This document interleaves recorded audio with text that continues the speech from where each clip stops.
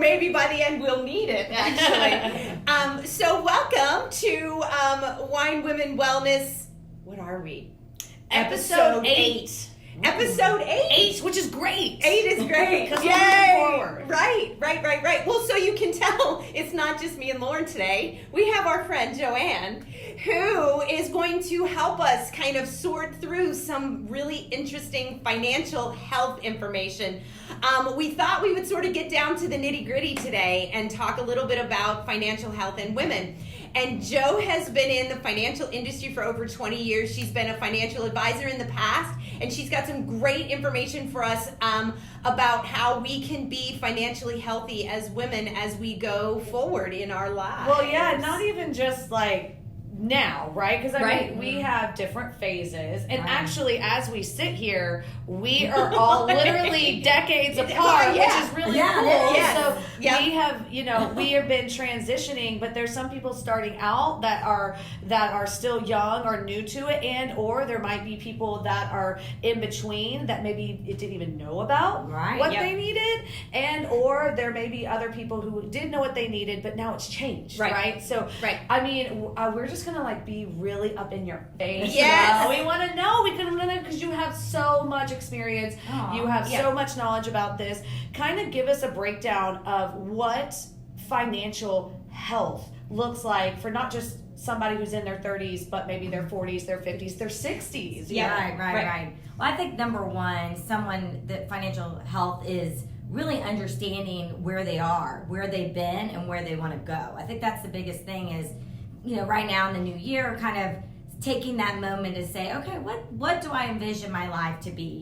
What do I see my life in 3 years and 5 years, 10 years? And then for, some of us, we have to even think beyond, like you, 20, 30 years. And then what we want to, because I think it's about conceptualizing and really understanding all that has to go into your financial future and your health. And so a lot of people they're too scared to go there. They're like, we just trying to live day by day. I know we all are trying to, and sometimes day by day. I'm like, wake up, I'm like, we're here? Okay, good. Woo! I made it? Okay, good. So I'm still alive, children are alive, everyone alive, we're good. So does that look like sort of assessing like like a budget kind of a situation, like how much money you have in total, and then like how much you're going to save, and how much you're going to spend, and all of that? Is that what that looks like? Right, and there's so many like amazing tools out there in the industry that you can plug and just get your budget kind of, because you got to know where you are first before you can really start taking that next step. So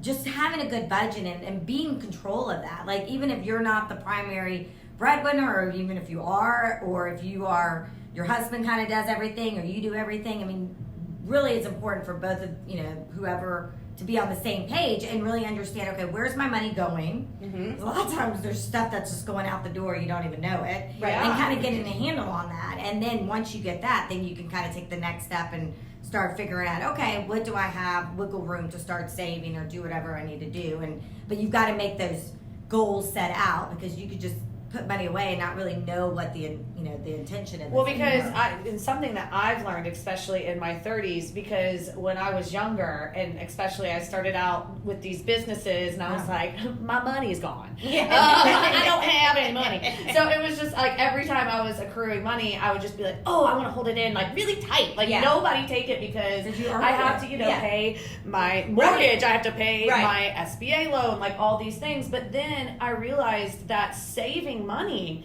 is not necessarily the greatest thing you can do. Like you could really capitalize on your growth of your funds that is sitting there, and that could be different for everybody, right? Like I mean, what that hold is for me might be different from what that hold is for Amy. So really what you're saying is making sure that you have kind of someone who's there, maybe even two, to help guide you into what that looks like. Because man, I didn't even know that until I got to my 30s, and I was like, oh my gosh, I can like do things with money. Like I thought I just paid everybody else. It's like I didn't know that I could do that for future. It's and I really think cool. too that kind of speaks to a confidence that you have around money.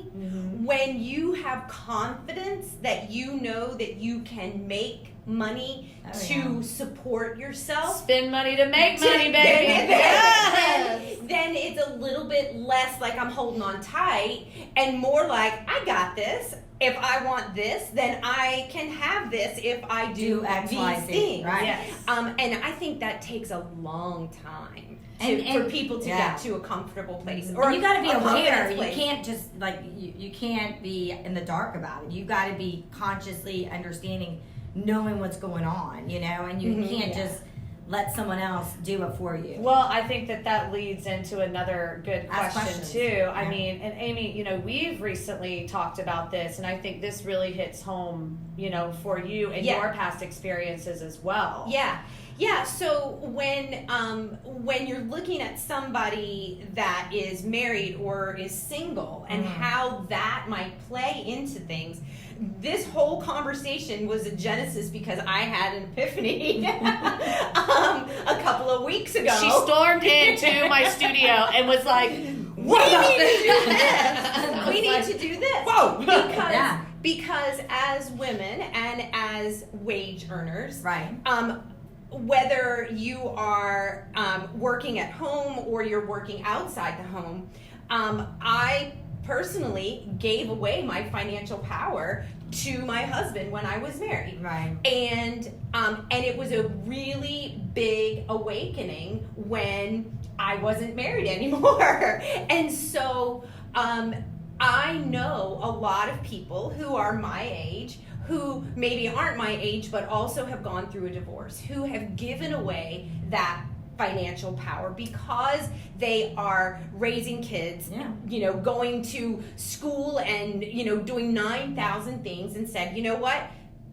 I'm just going to put that over there. And then when it came time to have to know all those things for myself, it was very, very scary, which then sort of bled into what you were talking about, where I was like, oh no, I need to keep this all. Right, I right, can't, because what if this happens or this Right. happens or this happens?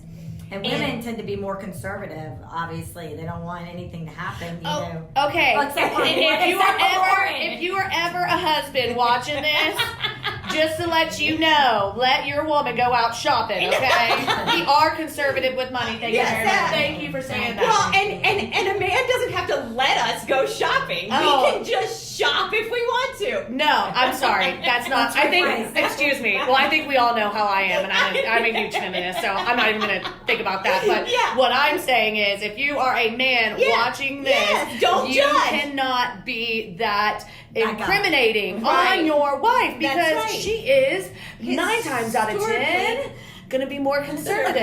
Okay. Yes. So there you have it. Yes. It's now in the book. It's in the atmosphere. And it's real. The real world. So when you're dealing with somebody who's married or somebody who is single, are there different things that you should look at from a financial health perspective?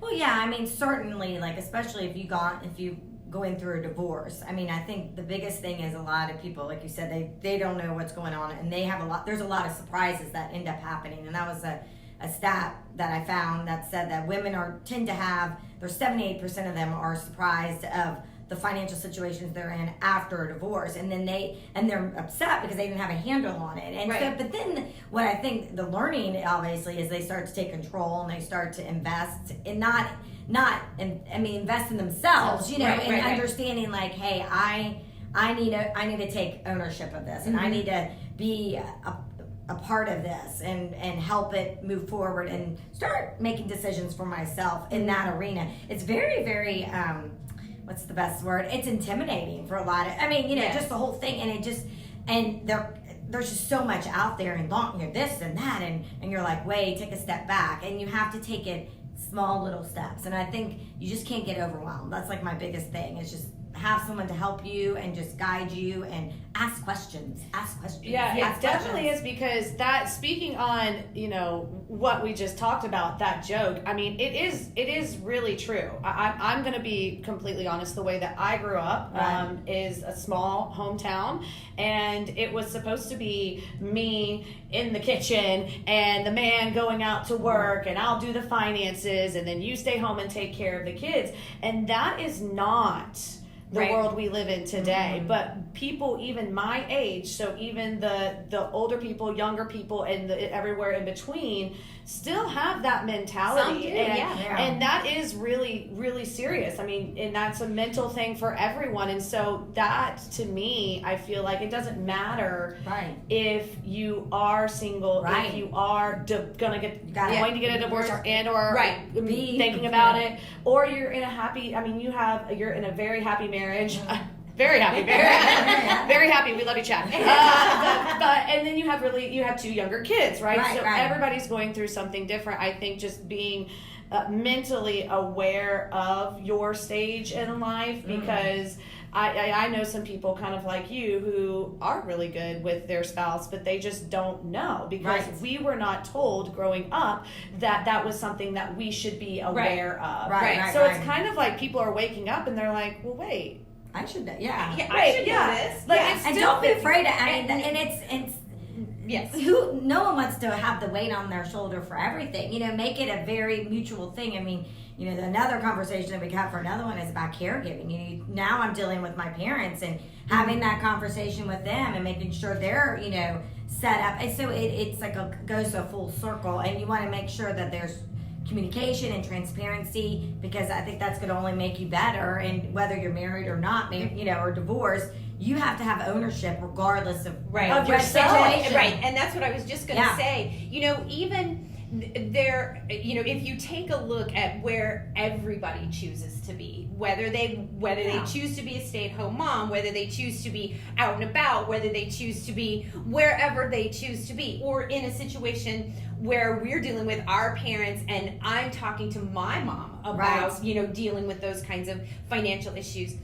Keeping that power for yourself and having that information for yourself, no matter where you choose to be Right. on the spectrum, is important Right. and is healthy for you as a complete person. Right. It's never great to give your power over Right. to somebody else. And knowledge is power. I mean, Yeah. just knowing, and you don't have to be an expert. I mean, I feel like I'm a generalist. Like, I feel like I just know a lot about a lot of things, Hey, it's a good place to be. Or a little about a lot of things too, but it's to know that you have that understanding, and you don't have to be an expert. You don't have to be an expert in finances to be in charge and control of your finance. You just be aware, and if that's something that makes sense, ask questions. If you use your mobile, make sure that you're just connected, and you're Right. always, And especially in the day of fraud and just everything. I mean, right. knowing that stuff that's happening. Yeah. So here's a good Control. question I have for you, and this can actually translate to anyone. So, if at the end of the day, I mean, what if there was like a zombie apocalypse, right? Like, I'm even gonna go this far, and there's only like a bank and you don't have anybody else. Yeah. So again, like if Yeah. you're 20, you're out of college. If you're 30, maybe you wanted to start a business, you have kids, you want to start a college fund. What is the first thing that you should do if you're just by yourself and you're just like, I'm gonna walk into a bank or I'm gonna walk into somewhere and do something? What may be the first question that somebody should ask, or what is something that as a woman we need to say, I need to learn about X?